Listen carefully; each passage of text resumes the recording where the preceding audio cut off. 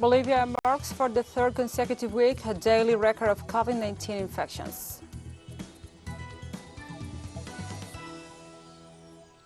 Ukraine's National Security and Defense Council ruled out the possibility of Russia's military invasion to the country.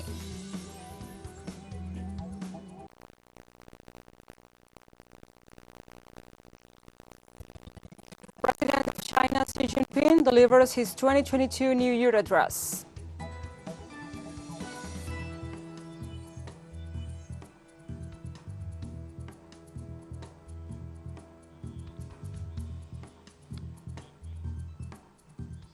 From the headquarters of Telesur English in Havana, Cuba, this is From the South. I'm your anchor, Gladys Quesada.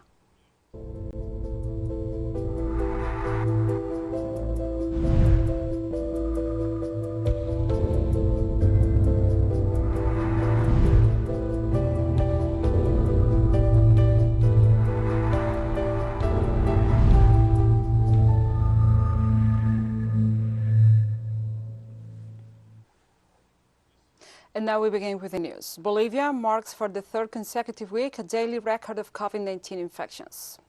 According to the latest report from the Ministry of Health, the Indian nation registered some 7,980 new cases and also 30 fatalities, a figure that evidences a new wave of the pandemic. According to the health entity, the majority of the infections were registered in the departments of Santa Cruz, Cochabamba, Tarija, and La Paz. The daily record of positive cases registered in the third wave was more than 3,000 infections compared to last June. Meanwhile, the national government is advancing in the application of measures to cut the chain of contagion, while accelerating the vaccination process against the respiratory disease.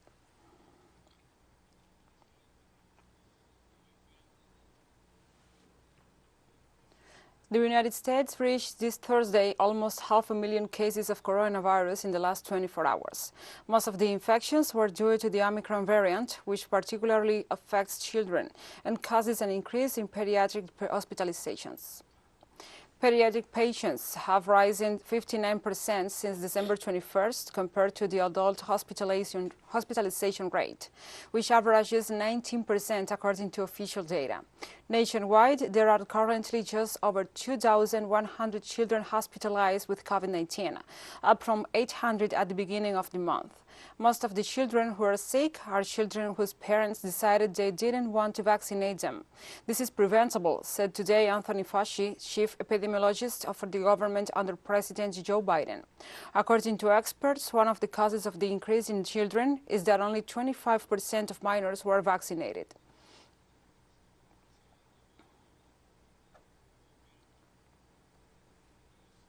As Omicron spreads around the world, the French government implemented new COVID-19 measures on Friday in an effort to curb the transmissions of the Omicron coronavirus variant.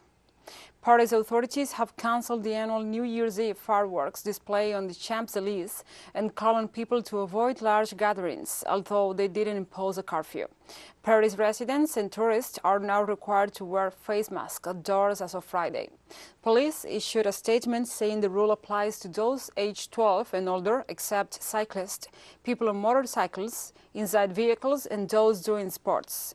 Mask wearing is already mandatory inside the shops, public facilities, and venues, office buildings, and public transport across France.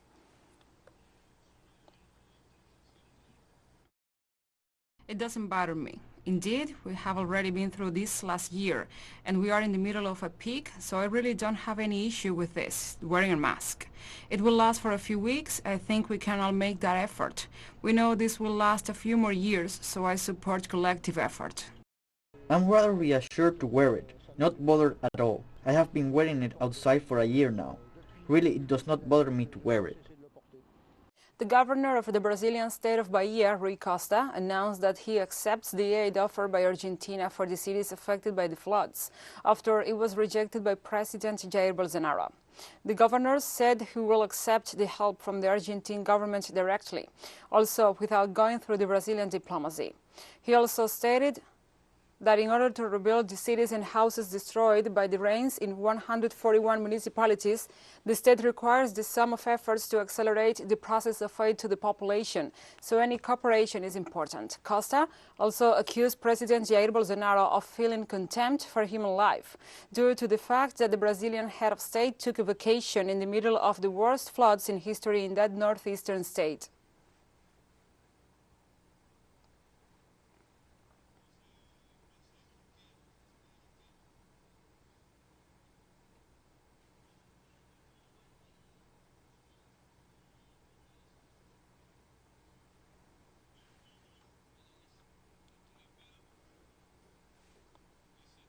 Places continued to burn on Thursday night in the U.S. state of Colorado after wind-filled wildfires broke out near the city of Denver. An estimated 580 homes, a hotel, and a shopping center burned, and tens of thousands of people were evacuated. The blaze spans 6.5 square kilometers and has engulfed parts of the area in smoky, orangish skies. Evacuations have been ordered for the city of Louisville, home to about 21 people, and Superior, which has another 13,000 residents.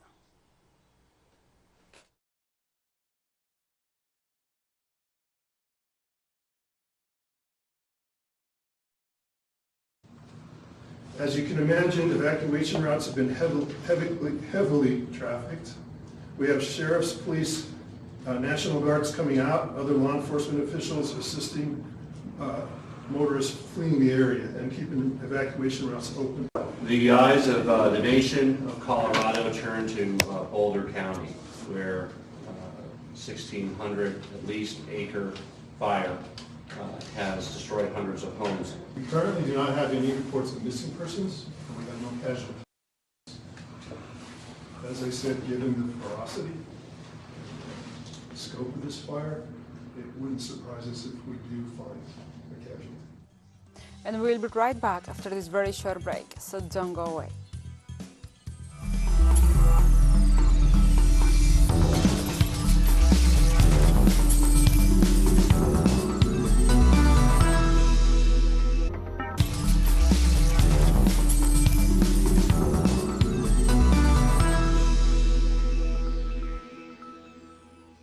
Welcome back. The presidents of Bolivia and Argentina will hold a meeting to strengthen bilateral ties and continue their joint work to set a new agenda. Diplomatic representatives of both nations highlighted the optimal health of bilateral relations while pointing out that the summit is expected. According to the Bolivian Vice Minister of Communication, Gabriel Alcón, the President Arce has a pending trip of Argentina, which could take place next February. Among the main topics for cooperation are the exchange of technologies, the fight against COVID-19, and other areas that will be part of the new agenda, according to the Argentinian ambassador in Bolivia, Ariel Basteiros.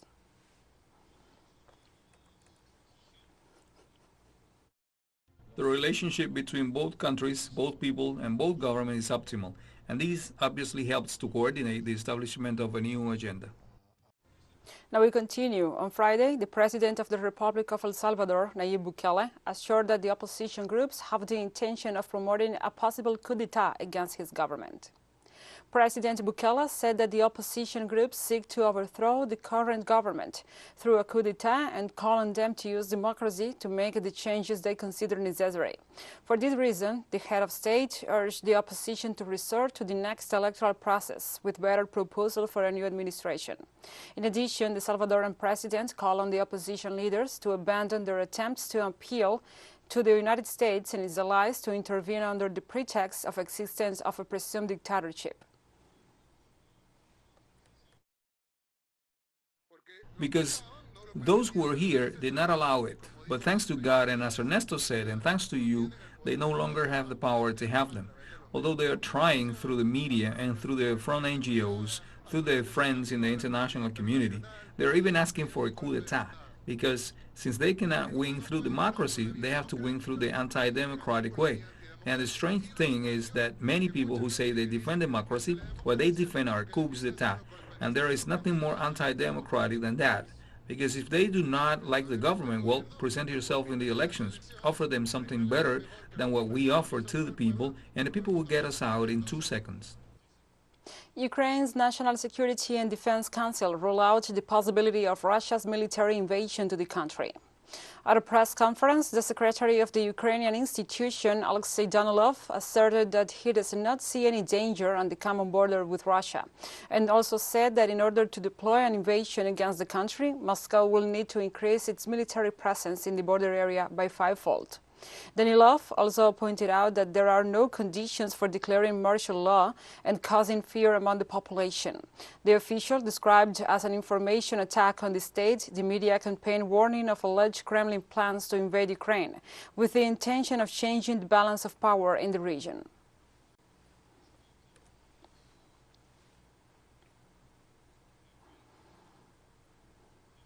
In Russia, Foreign Minister Sergei Lavrov warns that the nation will eliminate threats to its security if the United States and NATO do not provide the guarantees proposed by the Kremlin to ensure strategic balance. Russian Foreign Minister Sergei Lavrov issued the statements after holding telephone conversations with the President of the United States, Joe Biden, and his Russian counterpart, Vladimir Putin, where they exchanged warnings in case of escalation in Ukraine, assuring that he will not allow the Russian initiatives to be entangled in endless discussions. The Russian authority also accused NATO of turning the neighboring country into a military platform against Russia and denounced that next year it will increase the allied military presence in Ukraine in the framework of joint anti-Russian maneuvers.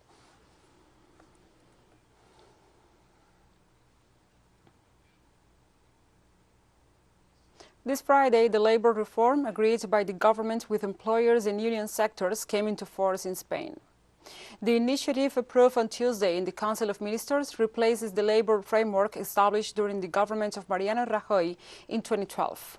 The legislation is aimed at reducing temporary jobs, which currently reach 26% in the country. In such sense, the norm establishes that the ordinary employment contract will be indefinite and that there will only be a temporary contract to replace workers or for productive reasons.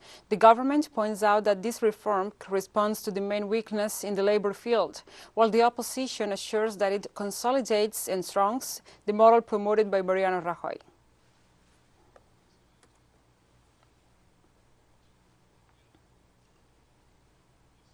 Washington has expressed concern over Iran's successful launch of a satellite-carrying rocket called Simorgh, which translates into Phoenix. The Persian booster is of national manufacture and lifted off with 3 research devices on board. The United States remains concerned with Iran's space development, which poses a significant proliferation problem, a State Department spokesperson told local media. The concern of the U.S. diplomatic office follows statements by the head of the Central Command, who said in an interview this week that Iran's strategic capability is now enormous. The increase of Iran's power challenges the sanctions policy of the United States, which has not been able to hinder the advances of the Persian nation.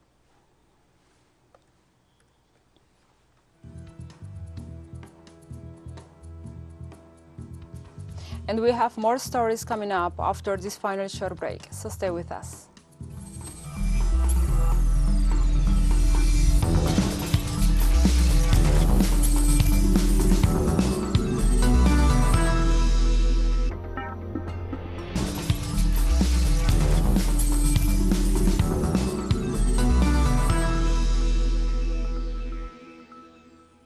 Welcome back to From the South.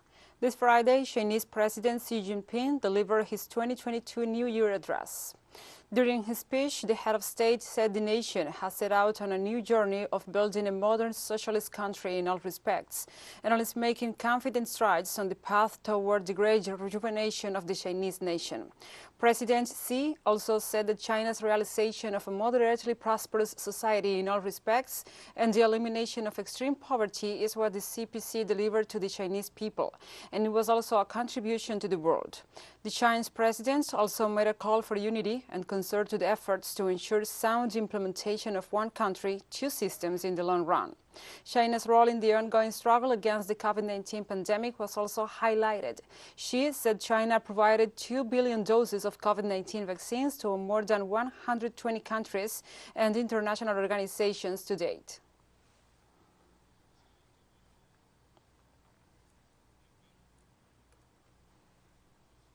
China's Liaoning aircraft carrier formation successfully completed more than 20 days of real combat training in the Four Seas and returned to its home port of Qingdao of East China's Shandong province.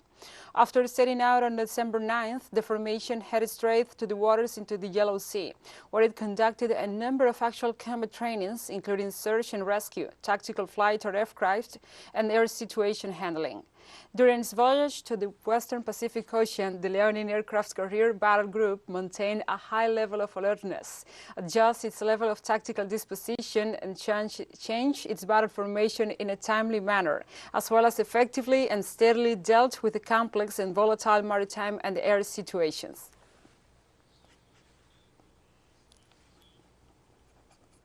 During the Far Sea training, we conducted realistic training of many subjects in various waters of the Pacific Ocean. We adhered to the principle of rear combat training, used the system to improve the system, which has effectively improved the level of the real combat capabilities of Liaoning aircraft carrier formation in the Far Seas. On Thursday, 3 civilians lost their lives and several were wounded in a Turkish artillery attack on a village in the northern Syrian province of Al-Hazakah. Among the fatalities, there was a child and a woman. According to the official Syrian news agency ZENA, artillery and mortar bombings were carried out, which caused the collapse of a large part of a mosque. In addition, several houses were damaged, as well as public and private properties. Ankara has deployed military and occupies several points in the northern areas of Syria under the pretext of fighting the Kurdish militias, which it considers terrorists.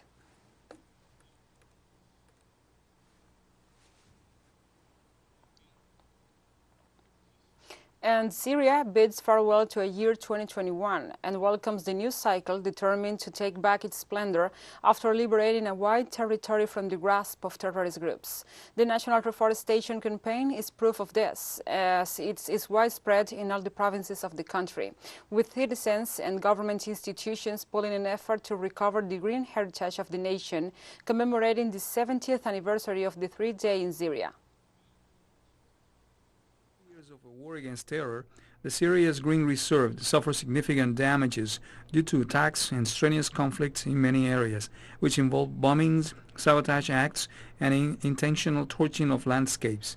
The nation's authorities seek to repair that damage with recovery plans, despite the limited resources the country possesses due to the economic blockade the West imposed on the nation's people and in this post-war period. Reforestation campaigns have the official support and count on the participation of all the citizens of all ages. This initiative shows how important the tree is, a symbol of our patriotism and civilized culture, an icon of our resolve to build once again that green reserve of ours that was devastated by the war, and we will make it by planting millions of trees in the country. Currently, 4,500 trees are being planted in a 7.5 hectares area in rural Damascus. It's a huge challenge that defies the destructive action of the terrorist group who scorched and laid waste on vast forestry zones of the country. So with this campaign, we send out the message loud and clear. We will not surrender. We will continue sowing the field, building our country. Under the slogan, "The tree is the lung of life," the government and citizens are celebrating the National Tree Day and the New Year with reforestation campaigns in the country's different provinces. Volunteers, government officials, and representatives of non-governmental and youth organizations are working side by side to plant millions of cypress, pine, and oak trees to recover their country's green cover. We are starting the new year with this activity that reflects our desire for a year of love and peace, not only for our country, but also for the whole world, and that health reigns throughout the planet. And to achieve these desires, we proceed to plant trees, because the tree is the lung of life.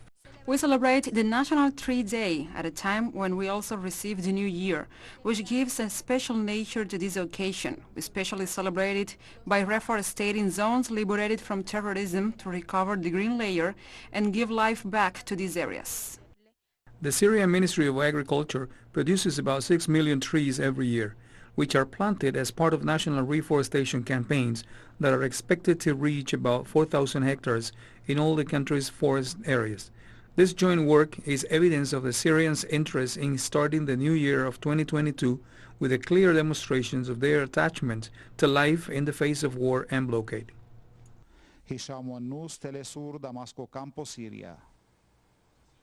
We have news stories. Mourners continue to gather outside St. George's Cathedral in Cape Town on Friday to pay their respects to the late Archbishop Desmond Tutu. The anti-apartheid hero was lying in state for a second day ahead of his funeral on Saturday. A small group of people carrying Palestinian flags also gathered near the cathedral. Tutu was regarded as a strong supporter of the Palestinian cause. The Nobel Peace Prize winning icon died Sunday at the age of 90.